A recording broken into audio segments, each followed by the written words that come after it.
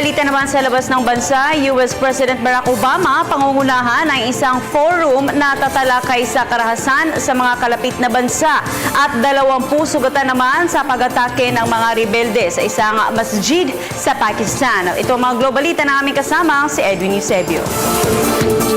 Naghahanda na si US President Barack Obama para sa pangunguna sa summit na tatalakay sa matinding karahasan ng mga rebelde sa kalapit na mga bansa ng Amerika. Pinakahuli rito ang naganap sa Denmark na kailangan umanong maaksyonan agad ng Estados Unidos. Magre-recess sa mga susunod na linggo ang US Congress kaya't nais ni President Barack Obama na maaksyonan agad ang matinding rebellion sa American neighborhoods. Ang mga pag-atake sa Copenhagen kung saan punteriya ang sinagoga ng mga Hudyo ay kasunod lamang ng naunang pamamaril ng mga terorista sa France. Bunsod dito, nababahala ang Amerika sa mga radikal na Muslim na sumasapi sa Islamic State fighters sa Iraq at Syria na maaaring umabot sa Amerika. Ayon kay FBI Assistant Deputy Director Michael Steinbach, sa patuloy na pagtutok nila sa galaw ng mga terorista, hindi malayo ang posibilidad na matake muli ang mga ito sa Estados Unidos. Sa ganitong panahon ng kawalang katiyakan, hiniling ni President Obama sa Congress na isabatas ang pagpapahintulot na giyerahin na ang Islamic State militants.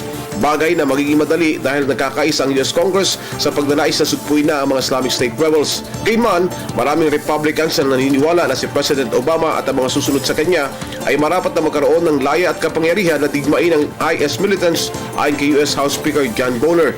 Sa kabilang dako, salungat naman sa panukalang authorization ang ilang Democrats congressmen tulad ni Representative Adam Schiff.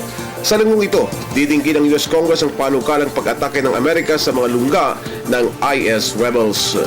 20 taong namatay at may 40 pa ang nasugatan sa pag-atake ng mga rebelde sa isang Shiite mosque sa Peshawar sa hilagang Pakistan. Ito ay habang nalanalangin ng mga biktima. Ayon sa mga testigo, nakasuot pa ng uniforme ng Provincial Paramilitary Force ang mga umatake at silang nagpukol ng granada sa moske bago mapasabugin ng dalawa sa mga ito ang kanilang mga sarili.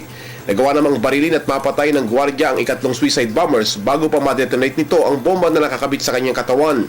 Napasok ng mga sumalakay ang bakuran ng moske matapos na putulin ng mga ito ang bakod na barbed wire sa likuran ng bahay-sambahan. Kadalasang nasa 800 ang mga taong nagtitipon sa moske para sa lingguhang pananalangin na tinatawag nilang Imamia Masjid. Para sa Telebisyon ng Bayan, Edwin Eusebio.